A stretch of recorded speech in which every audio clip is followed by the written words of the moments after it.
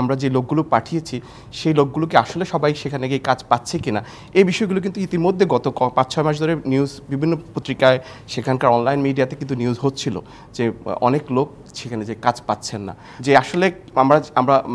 Demand letter issue করছি কিন্তু এই লোকগুলো আসতে পারবে কিনা এই প্রক্রিয়াতে আসলে মানে এটা বোঝার কথা, সকলেই বোঝার কথা, কিন্তু সেটা কিন্তু বোঝার পর অনুমিত হলো, কিন্তু প্রক্রিয়াটা কিন্তু সুন্দরভাবে প্রসেস করা হয়নি। আসলে আমরা দেখেছি ২০০৭-৮ সময়, যে সময়টাতে তত্ত্বাবধায়ক সরকারের সময়ও প্রচুর পরিমাণে বাংলাদেশি মালয়েশিয়াতে কাজ করতে গিয়েছিলেন, এবং সেই সময় যখন শ্রমবাজারটি বন্ধ হবে সেই সময়টাতে কিন্তু এই ধরনের একটা ক্রাইসিস হয়েছিল, এবং প্রচুর পরিমাণে মানুষ যা ডিমান্ড মানে ওই মালয়েশিয়ান শ্রমবাজারে যতটুকু ডিমান্ড তার চেয়ে বেশি সংখ্যক লোক পাঠাতে গিয়ে বা বেশি সংখ্যক লোক যাওয়ার ফলে একটা এই ধরনের ক্রাইসিস তখনও দেখা গিয়েছে। এবং ২০১৮ সালে যখন শ্রমবাজারটি বন্ধ হয় এবং মালয়েশিয়ান সরকার যখন শ্রমবাজার বন্ধ হবে ঠিক সেই মুহূর্তেও যাদের ভিসা আসা বা ভিসা প্রসেসিং চলছিল তারাও কিন্তু এই ধরনের সংকটের মুখোমুখি হয়েছিল। এবং বর্তমানে এবার আমরা যেটা দেখলাম সংকটটি খুবই সিভিয়ার। এখানে প্রায় মানে সরকারি হিসাব মতে ১৭,০০০, কিন্তু বেসরকারি তথ্য মতে সেটি ৩০,০০০ কিংবা ৫০,০০০ সংখ্যা হতে পারে, যারা আসলেই হয়তো ইনফর্মাল দালালদেরকে টাকা দিয়েছে বা শুরু করেছে প্রসেসিং বা তাদের ভিসা হয়েছে কিন্তু তারপরেও তারা যেতে পারে নাই। মানে এই প্রক্রিয়ায় প্রায় ৩০ থেকে ৫০,০০০ মানুষ বেসরকারি হিসাব মতে হয়তো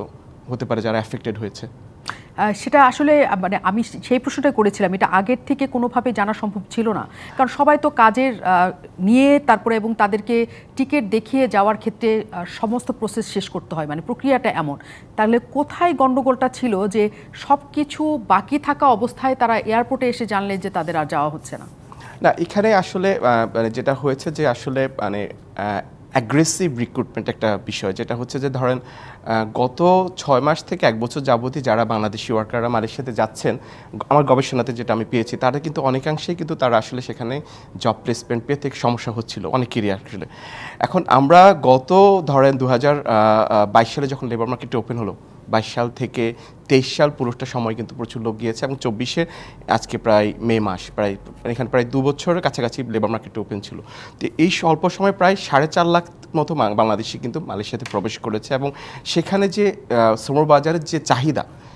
সেই চাহিদা অনুযায়ী আমরা যে লোকগুলো পাঠিয়েছি সেই লোকগুলোকে আসলে সবাই সেখানে গিয়ে কাজ পাচ্ছে কিনা এই বিষয়গুলো কিন্তু ইতিমধ্যে গত ৫-৬ মাস ধরে নিউজ বিভিন্ন পত্রিকায় সেখানকার অনলাইন মিডিয়াতে কিন্তু নিউজ হচ্ছিল যে অনেক লোক সেখানে যে কাজ পাচ্ছেন না। তো এটা সমস্যাটা ঘনীভূত হচ্ছে, এটা কিন্তু বোঝাই যাচ্ছে যে এখানে আসলে যে পরিমাণ লেবার ডিমান্ড লেটার বাংলাদেশে আসছে, আসলে মালয়েশিয়াতে কি এই লেবারদের প্রত্যেকের এমপ্লয়মেন্ট অপরচুনিটি আছে কিনা এটা কিন্তু মানে এটা নিয়ে এক ধরনের কিন্তু কথাবার্তা বা মিডিয়াতে নিউজ কিন্তু গত ৫-৬ মাস ধরে খুব ভালোভাবে হচ্ছিল। এবং সেটা সর্বশেষ যেটা এই মে মাসে যে ডেডলাইন ছিল মালয়েশিয়ান সরকার সেটা অনেক আগেই ঘোষণা করেছে যে ৩১ মে পর্যন্ত আমরা লোক নিব, এরপরে আর আমরা মানে যে ডিমান্ড লেটার ইস্যু হোক না কেন আর লোক যেতে পারবে না। কিন্তু এই প্রক্রিয়াটা ত্বরান্বিত হতে হতে যে আমাদের মানে এখানে অনেকগুলো অ্যাক্টর জড়িত, আমাদের রিক্রুটিং এজেন্সিজ, ওখানকার মালয়েশিয়া থেকে মিনিস্ট্রি যারা ডিমান্ড লেটারগুলো ইস্যু করেন, অ্যাপ্রুভ করেন, এবং বাংলাদেশ সরকারের বিএমইটির কিছু কাজ আছে, সবগুলো প্রক্রিয়া প্রসেস হতে হতে এখানে কিন্তু একটা টাইম লেগে যায়, একটা সময় লেগে যায়। কিন্তু এখানেই যে আসলে আমরা ডিমান্ড লেটার ইস্যু করছি কিন্তু এই লোকগুলো আসতে পারবে কিনা এই প্রক্রিয়াতে আসলে মানে এটা বোঝার কথা, সকলেই বোঝার কথা, কিন্তু সেটা কিন্তু বোঝার পর অনুমিত হলো, কিন্তু প্রক্রিয়াটা কিন্তু সুন্দরভাবে প্রসেস করা হয়নি আসলে।